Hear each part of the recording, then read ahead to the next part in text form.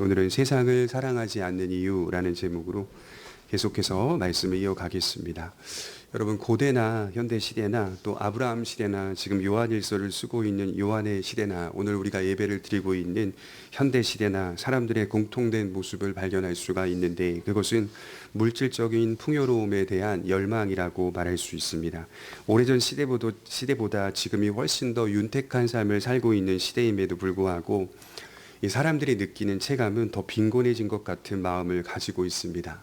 지금은 어떤 인식을 갖고 있는지 살펴보니까요, 성실한 인생을 사는 것보다 더 중요한 가치가 있는데, 어떤 식으로 살든 상관없다, 더 많이 버는 것, 더 많이 갖는 것, 더 많이 즐기는 것이라고 생각하는 인식이 사회의 저변에 깔려 있습니다. 결국 사람이 추구하는 건 다른 게 아니라 이 세상에 대한 애착이고, 그 애착의 열매나 결과가 물질적인 풍요로움에 대한 끊임없는 열망이라고 말할 수 있습니다. 여러분, 부요함이라고 하는 것이 타락한 인간에게는 오직 물질로만 인식되고 있는 현실을 우리가 지금 인생을 살면서 목도하고 있고, 우리 현대 신자들 가운데서도 신앙생활을 그토록 20년, 30년, 40년을 하면서도 오직 이런 부요함이라고 하는 주제를 세상의 물질적 풍요로움에 대한 생각으로만 가득 차서 그렇게 믿고 있는 신자들이 오늘날 교회 안에 가득 넘쳐나고 있다는 사실이 저는 너무나 안타깝고 정말 슬픈 현실이라고 볼 수가 있습니다. 그런 면에서 요한은 이제 우리의 시선을 교회 밖으로 돌리고 있습니다. 지난주 말씀이 교회 공동체 안에서 이야기하는 내용이었다면, 오늘 본문의 말씀은 교회 밖에서 우리의 신앙이 어떤 모습으로 나타나야 하는가를 말씀하고 있는 내용입니다. 하나님의 빛 가운데 있는 신자는 그 빛의 영향을 받고 있기 때문에 하나님을 사랑하고 형제를 사랑한다. 지난주에 저희가 배웠죠. 여기서 형제라는 대상은 우리의 혈육관계, 가족을 말하는 게 아니라 함께 신앙을 고백하는 믿음의 형제와 자매를 뜻합니다. 그래서 9절에 보면 교회 공동체 안에 있으면서 나는 빛 가운데 있다고 당당히 말하면서도 형제에 대한 미움을 가지고 있는 성도가 있었다. 이런 성도들은 상습적으로 누군가를 미워하고 있으며, 이 미움이라고 하는 것이 나타나는 근본에는 주님을 향한 믿음 없음이 자리 잡고 있었다. 요한은 그렇게 강력히 비판했죠. 결국 그는 누구인가, 그 실체를 요한이 밝히는데, 자신이 빛 가운데 있다고 스스로 말하지만 하나님의 판단에는 어둠에 있는 사람이라는 뜻입니다. 그래서 11절에 배웠듯이 그는 사실 어둠에 있고, 어둠에 있다는 것은 자기의 존재와 삶이 어둠에 헌신돼 있고 어디로 가는지 알지 못하니 교회에 있으면서도 갈 곳을 알지 못하는 불행한 신앙생활을 이어가고 있다는 뜻입니다. 반면에 참된 믿음은 빛 가운데 있으며 가는 길을 선명하게 알고 있습니다. 그리고 그 빛 가운데서 행하게 됩니다. 왜냐하면 빛을 비추시는 하나님의 영향력이 우리의 생이 닿을 때까지 좀처럼 감소하지 않기 때문입니다. 주는 나를 기르시는 목자라는 말씀을 우리가 알고 있듯이, 이 말씀이 우리 인생에 어떻게 적용되고 우리를 이끌어 가고 있는지를 우리가 실제로 경험하고 있다는 말입니다. 시편 100편 3절에 보면 그는 우리를 지으신 자시요 우리는 그의 것이니 그의 백성이요 그의 기르시는 양이로다 라고 말씀을 합니다. 여러분, 요한복음 10장 3절에 예수님은 이렇게 말했어요. 그가 자기 양의 이름을 각각 불러 인도하여 내느니라. 주님께서는 그냥 내 양 이렇게 말하지 않아요. 내 양 이렇게 인도하시지 않아요. 주님은 각각의 양들을 잘 알고 계시고 각각의 양들을 선택하셨고 각각의 양들을 부르십니다. 그리고 양은 굉장히 특별한 특징이 하나 있는데, 자기의 목자의 음성만 듣습니다. 모든 상황에서 하나님의 가르침을 받습니다. 그리고 회개하며 돌이키고 순종하는 모습으로 바뀌어 갑니다. 하나님은 우리 인생 속에 한 번만 부르시는 것이 아니라 계속 부르십니다. 그리고 우리는 목자를 따라갑니다. 그것이 빛 가운데 있다는 뜻입니다. 이러한 본질적인 신앙이 교회 안에서뿐만이 아니라 교회 밖에서도 나타나야 합니다. 인간이 끊임없이 열망하는 불만족, 즉 물질에 대한 부요함이라고 하는 주제가 참된 성도에게는 어떻게 나타나고 있는지를 말씀하고 있는 것이죠. 그래서 우리가 방금 읽었던 12절부터 17절까지 전체의 내용은 사실상 하나님과 세상 사이의 양극을 말하는데, 양극단을 말하는데, 이 양극의 성격이 적대적인 관계다라고 하는 사실을 전체 내용 가운데 말해주고 있는 것이죠. 첫 번째로 살펴볼 것은 성도는 이미 은혜 안에 있는 사람이라는 것입니다. 우리 12절을 잠시 볼까요? 우리 12절 13절 같이 읽겠습니다. 시작. 자녀들아, 내가 너희에게 쓰는 것은 너희 죄가 그의 이름으로 말미암아 사함을 받았으며, 아비들아 너희가 태초부터 계신 이를 알았으며 청년들아 내가 너희에게 쓰는 것은 너희가 악한 자를 본문을 보시면 내가 쓴다라는 단어인 그라포가 12절부터 14절까지 총 6번 등장하는데 신학에서는 이것을 목회적 강조라고 가르칩니다. 요한은 지금 우리의 지위가 세상보다 크다는 것을 강조하고 있는 겁니다. 하나님의 관점으로 보게 되면 우리가 세상을 부러워할 이유가 전혀 없다는 뜻이겠죠. 그 이유는 우리의 존재와 신분이 예수 안에 있기 때문이고 이것은 세상에 있는 그 어떤 것과도 비교할 수 없을 만큼 큰 축복이고 신분이기 때문입니다. 그래서 요한은 내가 쓴다라는 단어를 6번이나 기록하면서 참된 성도는 세상 사람들과 전혀 다른 신분과 지위를 누리고 있다는 사실을 기억하라라고 하는 말씀을 하는 겁니다. 그리고 등장하고 있는 세 연령층이 보이는데 자녀들아, 아비들아, 청년들아 이렇게 기록되어 있죠. 세 개의 집단처럼 보이지만 사실상 세 개의 다른 집단에게 다르게 전파하고 있는 메시지가 아니라 하나의 집단에게 던지는 공통된 말씀입니다. 각 연령층마다 다른 메시지를 주었다기보다는 모든 연령층을 아우르는 복음의 메시지라고 이해하시면 됩니다.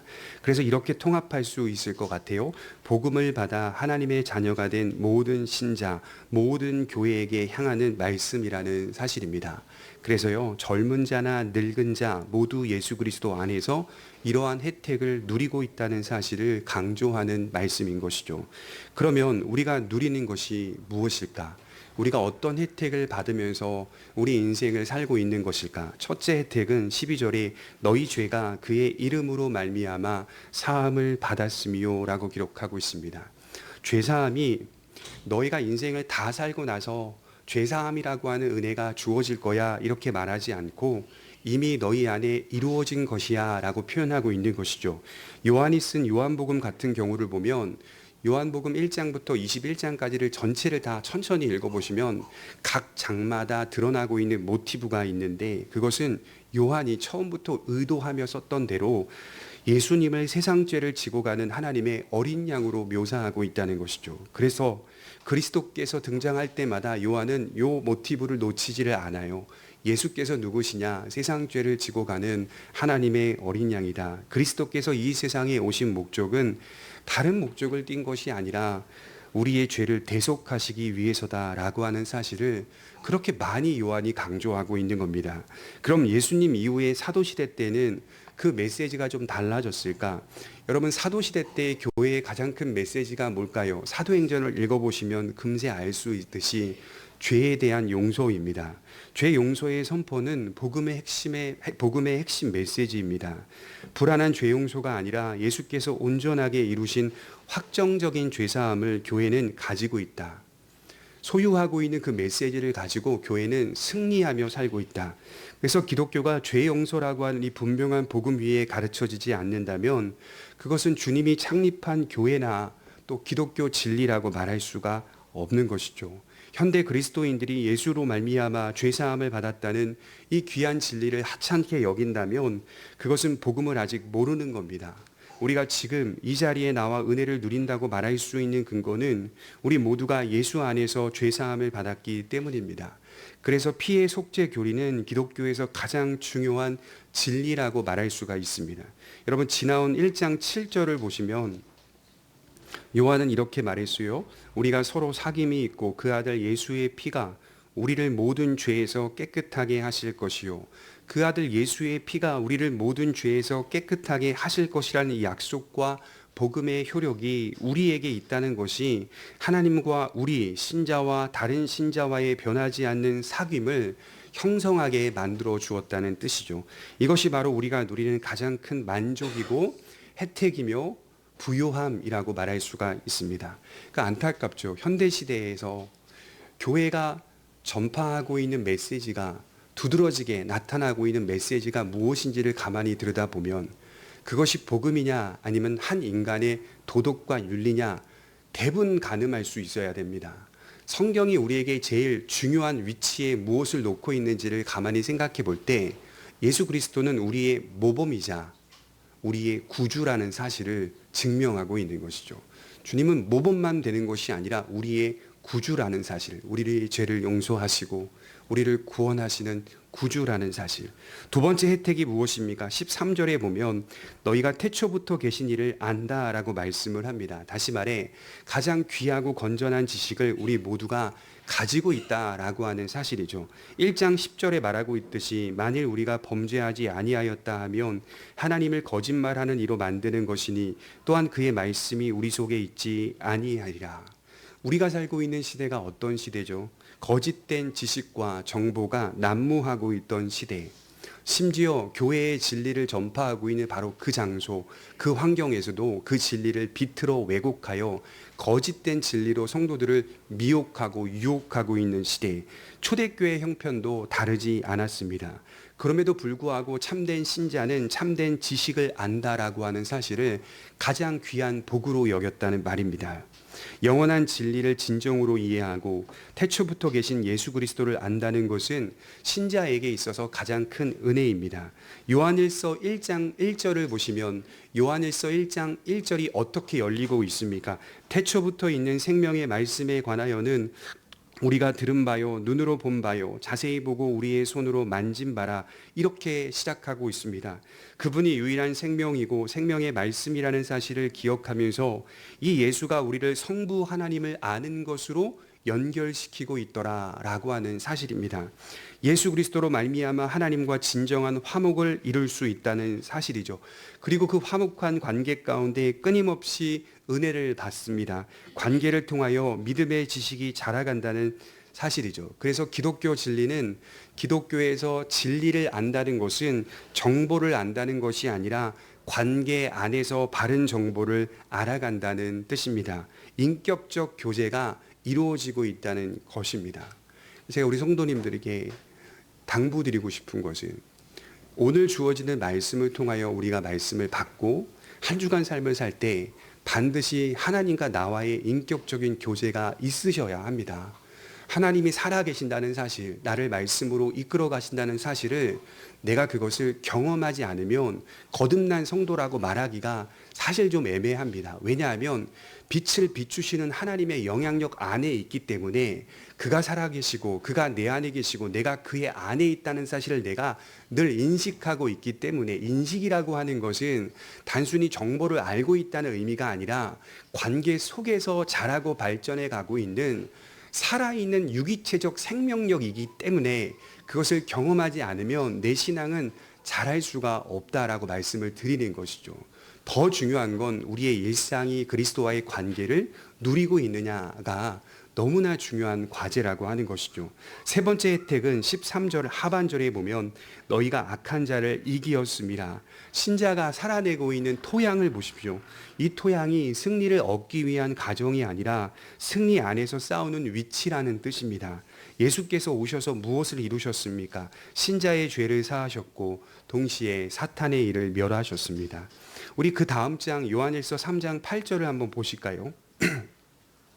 요한일서 3장 8절에 보시면 죄를 짓는 자는 마귀에게 속하나니 마귀는 처음부터 범죄함이라. 하나님의 아들이 나타나신 것은 마귀의 일을 멸하려 하심이라. 그리스도가 우리를 위해 이룬 승리로서 예수님 하신 말씀처럼 내가 세상을 이기었노라.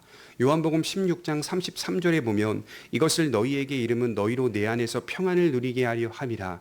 세상에서는 너희가 환난을 당하나 담대하라. 내가 세상을 이기었노라 하시니라. 예수님이 우리의 죄를 용서하셨고 우리를 대신하여 십자가에 달려 돌아가심으로 우리는 죄사함을 받았습니다. 죄에 대한 승리가 우리 안에 실제적으로 이루어진 것이죠. 그것만 이루어진 것이 아니라 사탄의 일을 멸하셨습니다. 온갖 공격과 유혹을 신자가 받을 수는 있지만 신자는 승리한다. 승리를 얻기 위한 과정을 살아내는 시간이 아니기 때문에 승리하셨다라는 위치 속에서 우리가 인생을 살고 있기 때문에 사탄의 일을 멸하셨다는 사실이 내 인생 속에 진심으로 다가오는 겁니다. 그리스도는 신자의 인생 속에 항상 승리자로 각인되어 있습니다. 주님의 승리는 이미 이루어진 사건에 기반하고 있죠. 신자가 이 세상에서 당하게 될 환난과 위험과 고통의 모든 문제들을 주님이 아실 뿐만이 아니라 그 일들 앞에 승리하게 하신다는 약속입니다. 인도와 보호는 예수의 승리 안에서 이루어지는 일들이라는 말입니다.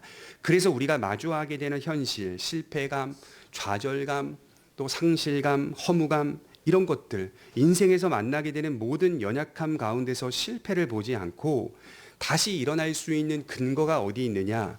그리스도의 승리에 있기 때문에 우리는 우리가 범죄하여도 우리 스스로에게 절망할 수 있을지언정 다시 그것을 통과하여 예수가 내 안에 승리를 이루신 그 연합의 사건들을 자꾸 묵상하기 때문에 다시 일어나 거룩한 삶을 한 발 더 딛고자 하는 의욕과 사랑이 불러 일어나는 것이죠. 이것이 우리가 누리는 신분이요 풍성한 혜택입니다.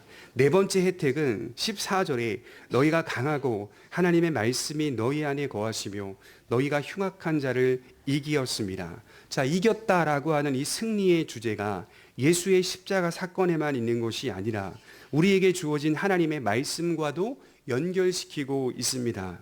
신자는 지금 무엇을 가지고 있습니까? 여러분들은 지금 무엇을 가지고 있습니까? 돈이요. 세상의 사회적 위치요. 내가 가지고 있는 여러 권력들이요. 이렇게 말할 수가 없다는 말입니다. 신자가 본질적으로 세상 앞에 가지고 있는 것은 말씀입니다. 말씀. 승리하신 예수 그리스도의 십자가 사건과 동시에 말씀으로 우리를 연결시키고 있습니다. 예수님의 역사적 승리를 가지고 있으며 동시에 살아있는 하나님의 말씀을 가지고 있기 때문에 우리는 약함 가운데서도 가장 강하다라고 선언할 수가 있습니다. 말씀을 가졌다는 것은 이미 승리가 확실하다는 의미일 뿐만이 아니라 이 말씀 안에서 우리는 길을 찾는다라는 뜻입니다.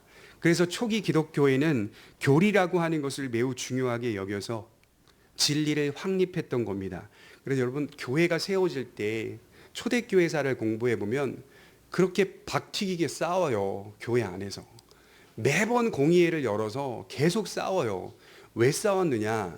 진리를 확립하지 않으면 앞으로의 후손들이 애매하게 믿을 수 있기 때문에 확고하게 진리를 확립하기 위해 자꾸만 공의회를 열어서 이단들과 싸움을 합니다. 논쟁을 하여 이단을 추방하기도 하고. 예를 들어서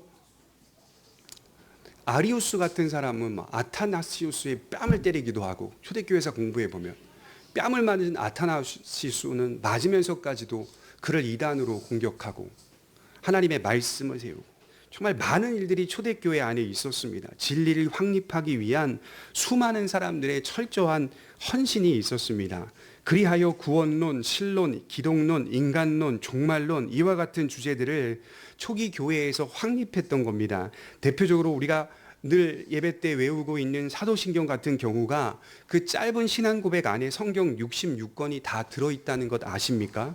우리가 믿는 바가 무엇인지를 명확하게 정의하지 않으면 기독교는 한낱 인간의 주관적인 느낌 정도의 종교로 전락해 버리는 겁니다. 구체적인 교리 안에서 신앙을 고백하는 것이죠. 독일의 자유주의 신학자들은 하나님의 말씀은 그렇게 크게 중요하지 않다라고 가르쳤다고 합니다. 인간이 경험하는 주관적인 느낌이 중요하다 하였으니 확실히 기록된 하나님의 말씀의 권위를 두기보다 인간의 경험이나 체험에 가장 큰 권위를 두게 되니 결국 기독교는 인간이 최종적인 권위를 가진 종교가 되어버리는 겁니다. 느낌의 권위를 두게 되고 경험의 권위를 두게 되면 누가 성경 위에 있냐 이 말이에요. 인간이 위에 있게 되는 거예요. 느낌과 경험의 권위를 두게 되니. 그러나 말씀의 권위를 두게 되면 하나님의 주권이 올라섭니다. 하나님이 최종 권위자가 되는 거예요. 우리는 주님이 가르쳐 주신 그 말씀을 최고의 권위로 두고 찬송합니다. 그리고 성경 66권만을 하나님께서 역사 가운데 믿는 자에게 주신 진리의 말씀으로 선포합니다. 그것은 단지 문자로 기록된 말씀이라기보다 그 말씀만이 우리 안에서 역사하는 실체이기 때문입니다. 히브리서 4장 12절에 말하고 있듯이 하나님의 말씀은 살아있고 활력이 있어서 좌우의 날선 어떤 검보다도 예리하여 혼과 영과 및 관절과 골수를 찔러 쪼개기까지 하며 또 마음의 생각과 뜻을 판단하나니 이 세상 어떤 책에서도 발견될 수 없는 경험할 수 없는 인간의 영혼 마음을 쪼개고 그 어두운 생각을 드러내어 우리 자신의 실상을 보여주는 그 책은 그 말씀은 오직 하나님의 말씀뿐이라는 사실입니다. 그리고 우리는 이 말씀을 가지고 예수님이 보여주셨던 것처럼 사탄의 여러 시험과 공격 앞에 말씀으로 대응하신 것을 본받아 승리하는 인생을 살아갈 수 있게 된 것이죠.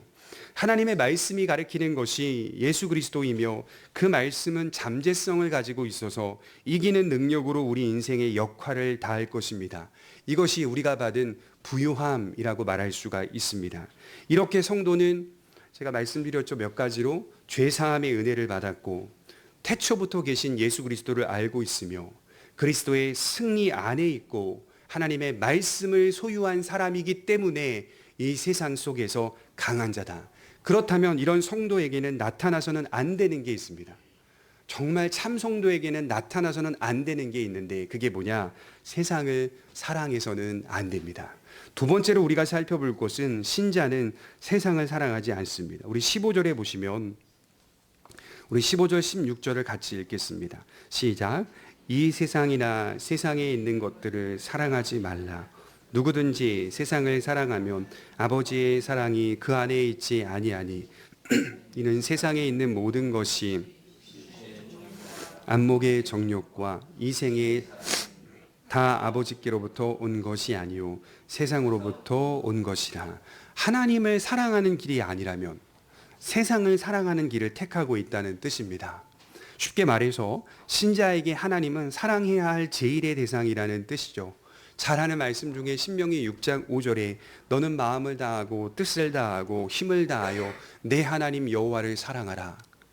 여기서 출발하라는 거예요. 모든 인간은 여기서 출발하도록 창조된 겁니다. 뜻을 다하고 마음을 다하여 힘을 다하여 내 하나님 여호와를 사랑하라. 결국 우리 신앙의 주제가 뭘까요? 하나님 사랑입니다.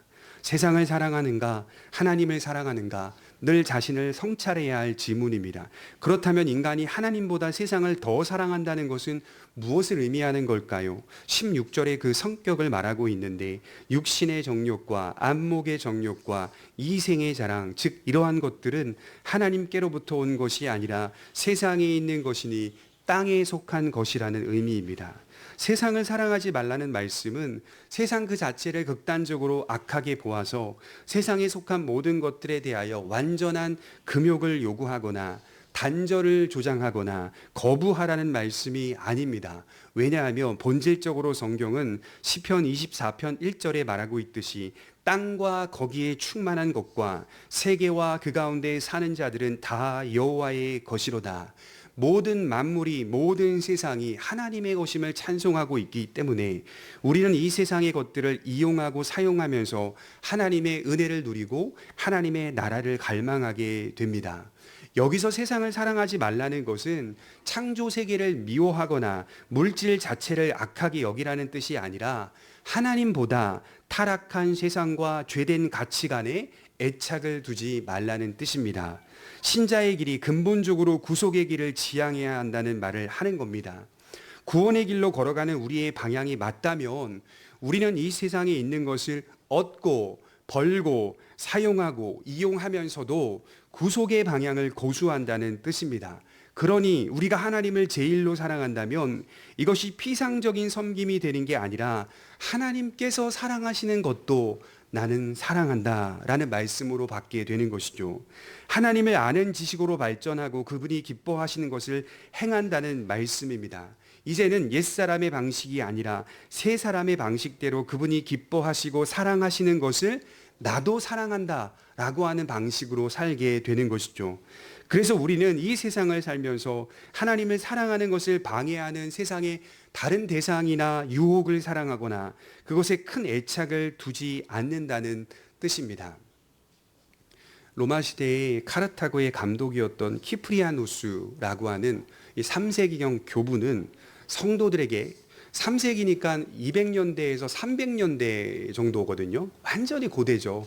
그때 말씀을 듣고 있는 성도들에게 강력하게 경고했습니다. 뭐라고 설교했는지 들어보십시오. 이렇게 말해요. 세상이 그리스도인을 미워하거늘 어찌하여 너희는 너희를 미워하는 세상을 사랑하느냐? 그리고 어찌하여 너희를 구속했고 또 너희를 사랑하는 그리스도를 따르지 않느냐? 그 시대의 로마의 그리스도인들도 어떻게 신앙생활을 했는지가 짐작할 수 있는 말씀이죠. 성경은 기본적으로 세상이 너희를 미워하는데 이렇게 가르쳐요. 세상이 너희를 미워하는데 미움받고 있는 너희는 어찌하여 세상을 사랑하느냐, 이렇게 경고하고 있어요. 미움을 받고 있다면 하나님의 뜻을 따라 살아가야 하는 것이 맞는데 너희들은 미움 받으면서 세상을 사랑하고 있다라고 하면서 경고하고 있는 겁니다. 세상은 예수님을 미워했습니다. 예수님은 제자들에게 너희가 세상에서 환난을 당할 것이라고 말씀하셨습니다. 그러면 신자가 이 세상을 살아가는 믿음의 길이 결코 만만치 않으며 환난을 각오하는 길이라는 사실을 이미 우리는 알고 있다는 뜻이 됩니다. 그런데 이상하죠. 세상은 신자를 미워하고 있는데 신자는 세상을 사랑하고 있는 겁니다. 일반 세상 사람들이 보이는 그 열망과 애착, 정욕을 세상 사람들만 갖고 있는 것이 아니라 신자도 갖고 있는 모습을 보면서 키프리아누스가 굉장히 안타까워했다는 것이죠. 그리고 이어서 요한은 너희가 세상을 사랑하고 있다면 너희 자신의 형편이 너희 자신의 존재와 상태를 입증할 뿐이라고 경고하고 있습니다. 15절을 다시 보시면 누구든지 세상을 사랑하면 아버지의 사랑이 그 안에 있지 아니하니. 어떤 사람이 세상을 사랑한다고 칩시다. 세상을 사랑할 때 그것은 아버지의 사랑이 그 사람 안에 없는 것과 같다는 뜻이 되는 것이죠. 여기 보시면 15절에 보면 하나님의 사랑이라고 쓰지 않고 아버지의 사랑이라고 기록해 놨어요. 요한은 하나님과 신자의 관계를 매우 친밀하게 표현해 놓은 것인데 하나님과 신자의 관계는 초월자와 피조물 간의 관계를 뛰어넘어 부모와 자녀와의 관계로 형성되어 있다는 말입니다. 우리는 창조주와 피조물이라고 하는 엄청난 간격을 항상 인식하고 신앙생활하고 있습니다. 거기서 두려움과 경외감이 생기죠. 그러나 기독교 신앙은 창조주와 피조물과의 큰 간격만을 가르치는 진리가 아니라 창조주께서 우리와 연합하여서 우리의 부모가 되신다는 사실까지 가르치고 있습니다. 이 좁혀지지 않으며 바뀌지 않은 엄청난 간격이 있으나 우리를 자녀로 부르시는 아버지의 사랑을 강조하고 있는 것이 기독교의 진리는 것이죠. 그냥 부르신 것이 아니라 당신께서 먼저 목숨을 내어주심으로 진실한 사랑인 십자가를 내어주심으로 아버지의 사랑을 나타내 보이셨습니다. 그 사랑을 믿음으로 받은 사람은 결코 세상을 사랑할 수가 없습니다. 그리고 제일 중요한 것은 사랑을 제가 묵상하다 보니까 제일 중요한 걸 발견했는데 제일 중요한 것은 사랑은 경쟁자가 없는 겁니다. 사랑이라고 하는 주제가 신자에게 어떻게 나타나야 되냐면 경쟁자가 없는 겁니다. 사랑은 둘 이상이 될 수가 없습니다. 그래서 구약에서 자주 발견되는 것이 카나 질투하는 여호와니라. 이스라엘 백성들에게 하나님이 때마다 나타나셔서 뭐라고 말씀하시냐면 징계를 내리시면서 나 여호와는 질투하는 여호와니라. 우리의 헌신의 최고 대상은 하나님 한 분뿐입니다. 그리고 그 한 분을 향한 사랑 안에서 내 아내와 내 자녀와 내 가정과 내 직장과 내 사업장과 내 모든 관계로 확장돼 가는 겁니다. 너의 인생에서 가장 사랑하는 게 뭐냐? 제 가정입니다. 제 아내입니다. 아니라고요. 신자는 그렇게 대답하면 안 되는 거예요. 하나님입니다. 그리고 나서 내 아내이고 그리고 나서 내 자녀입니다. 그렇게 대답할 수 있는 사람이 신자여야 하는 것이죠. 신자는 두 가지를 사랑할 수가 없습니다. 마태복음 6장 24절에 한 사람이 두 주인을 섬기지 못할 것이니 혹 이를 미워하고 저를 사랑하거나 혹 이를 중히 여기고 저를 경히 여김이라. 너희가 하나님과 재물을 겸하여 섬기지 못하느니라. 우리가 매일 우리 자신을 돌아보아야 할 말씀 아닙니까? 세상을 사랑한다는 것은 실상 그 마음에 하나님을 추방하는 겁니다. 그래서 하나님은 성경을 통하여 우리가 가진 일부를 우리 자신의 것으로 할애하고 나머지는 하나님에게 드리겠다는 식의 두 마음을 용납하지 않아요. 여러분 한번 헌금을 생각해 보십시오. 우리가 하나님께 헌상할 때 일부를 떼어 하나님께 드리고 나머지 부분을 우리가 사용하죠. 그것은 일부는 하나님의 것이고 일부는 나의 것입니다 라고 하는 의미가 아니라 일부를 하나님께 띄어드리면서 나머지 것을 포함하여 모든 것이 다 하나님의 것입니다, 하나님께로부터 왔습니다 라고 하는 것을 인정하는 한 마음에서 나온 것이라고요. 두 마음이 아니에요. 할애해서 하나님께 드린다는 식의 이 마음을 성경은 결코 허락하지를 않습니다. 모든 예배의 요소 가운데 우리가 드려야 될 마음은 두 마음이 아니라 한 마음을 드리는 겁니다. 하나님, 제 인생은 처음부터 하나님의 것입니다. 어떤 삶을 살아도 하나님의 삶을 살게 하여 주옵소서. 큰 꿈을 꾸게 해 주십시오. 생계만을 위한 삶이 아니라 생계를 뛰어넘어 더 큰 꿈을 꾸어 하나님께 영광 돌리는 삶을 살게 하여 주옵소서. 그렇게 하나님께 헌신하는 것을 하나님이 우리에게 요구하고 계시는 것이죠. 여러분, 빛과 어두움은 과학적으로 공존이 안 됩니다. 빛이 있는 곳에 어두움이 있을 수 없습니다. 어두움이 있는 곳에도 빛이 있을 수가 없습니다. 도리어 어두움에 빛이 임하면 어두움은 물러갑니다. 세상을 사랑하며 동시에 하나님을 사랑한다는 것은 있을 수가 없습니다. 16절 다시 보시면 육신의 정욕, 안목의 정욕, 이생의 자랑이라고 하는 건 구체적으로 뭘까요? 제가 볼 때 이렇게 이해할 수 있을 것 같아요. 육신의 정욕, 우리의 몸이 갈망하는 것, 안목의 정욕, 우리의 눈이 보고 싶어 하는 것, 이생의 자랑, 사람들이 얻으려고 애쓰는 허영심, 이 세 가지의 불경건을 의미한다고 보아요. 이 세 가지 요소는 그 기원이 하늘로부터 온 것이 아니라 땅으로부터 왔다는 사실을 기억하라는 것이죠. 육체만을 위하여 살아가는 것을 갈망하는 것, 내 육체의 눈이 보고 싶어 하는 것, 그리고 사람들이 애쓰며 얻으려고 추구하는 것들을 신자는 대적하고 피한다. 이렇게 말씀을 하는 거죠. 그리고 이런 요한의 논리의 종점이 보입니다. 그것이 신자는 이런 세상에서 하나님의 약속을 바라보니 하나님의 뜻을 행하고 있더라는 겁니다. 17절에 보시면 우리 마지막 17절 같이 천천히 읽겠습니다. 시작. 이 세상도 그 정욕도 지나가되 행하는 자는 영원히 거하느니라. 자, 이 세상이라고 하는 이 코스모스, 이 세상이라는 단어인데요. 이 코스모스가 가진 속성이 보이는데 그 속성이 뭡니까? 지나간다라고 하는 의도입니다. 세상의 덧없음을 말씀하는 것이죠. 그리고 하나님의 뜻을 지킨 삶의 영원성, 지나가지 않아요. 이거는 이 영원성, 끝없이 썩지 않고 소멸되지 않는 영원성, 이 두 가지를 대비하고 있는 겁니다. 여러분, 세상은 지나가는 중입니다. 지나간다라는 단어가 파라고인데 이게 사라지다, 통과하다라는 뜻이에요. 의역하면 지금 세상은 소멸하는 중입니다. 현재의 세계 질서는 결국 하나님의 뜻대로 소멸하게 될 것입니다. 그리고 그리스도의 승리 안에서 이 시간들을 통과하고 있는 신자들은 영원할 것입니다. 신자들은 영원할 것입니다. 그러나 코스모스, 이 유한한 세상은 소멸될 것입니다. 불교가 붙잡고 있는 중요한 교리 중에 하나가 재행무상이라고 하는 교리가 있거든요. 끝없이 순환하고요, 반복되고요, 윤회한다. 태어나고 또 태어나고 또 태어나고, 그런 거 아니라고요. 세상은 하나님의 웅장한 계획대로, 그 의도대로 소멸되고 있는 중입니다. 그런 세상 속에 우리는 지나가는 세상의 본질을 깨닫고 어떻게 해야 되느냐.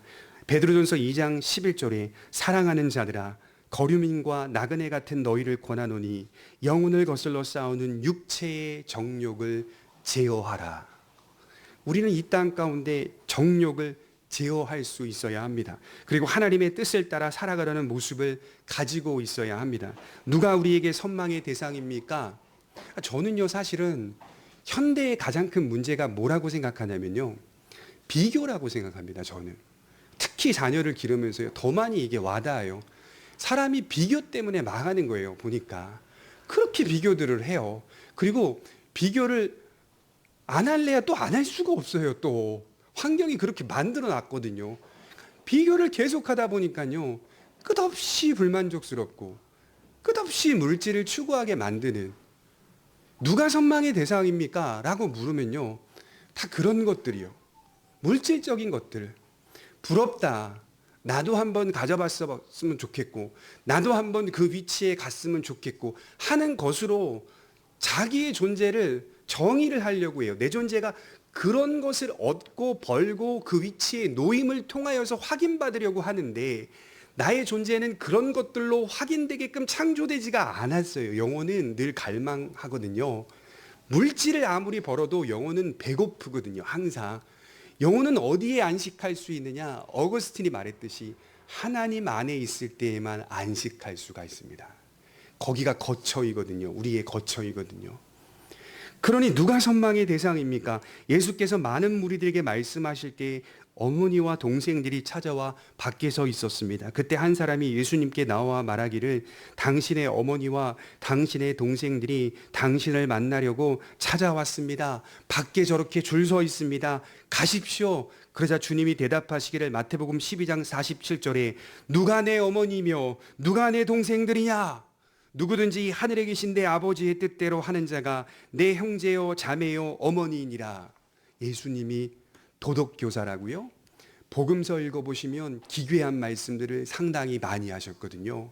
만일 예수님이 도덕적이고 윤리적 교사로만 평가받는다면 이러한 말씀들은 말이 안 되는 거예요. 나를 사랑하느냐? 나를 사랑하기 위해서는 내 부모와 처자와 자식을 미워하지 않으면 능히 내 제자가 되지 못하고, 이런 말씀은 도덕적으로 용납이 안 되는 말씀이거든요. 그러니 독일의 자유주의 신학자들은 틀린 거예요. 예수님은 우리에게 그렇게 자신을 믿으라고 말하지 않았어요. 구주로 믿으라. 나를 믿으라. 나를 사랑한다는 것은 세상의 모든 것들을 버릴 수 있는 각오와 다짐과 결단이 있지 아니하고서는 설 수 없는 것이다라고 하는 것을 강조했죠. 엄마가 찾아왔습니다. 내 동생들이 찾아왔어요. 누가 내 엄마냐? 누가 내 동생들이냐? 얼마나 인색한 말씀입니까? 그렇잖아요. 근데 이걸 우리가 복음으로 이해해 보면 우리가 바르게 인식할 수가 있어요. 어떤 의도인지를 알아요.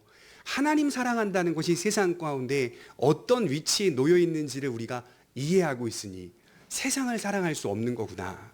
하나님 사랑이 우리의 인생의 제일이구나라고 하는 사실을 깨닫게 되는 것이죠. 세상은 분명히 지나갈 것입니다. 사물은 끝없는 순환을 하지 않아요. 역사는 웅장한 목표를 향해 움직이고 있습니다. 왜냐하면 주님이 한 장소를 준비하러 가셨기 때문입니다. 우리가 이 사실을 진심으로 믿어 하나님을 사랑하고 그분의 뜻을 따라 살아가며 약속한 영혼의 복을 만나게 되시기를 주님의 이름으로 축원합니다. 기도하겠습니다.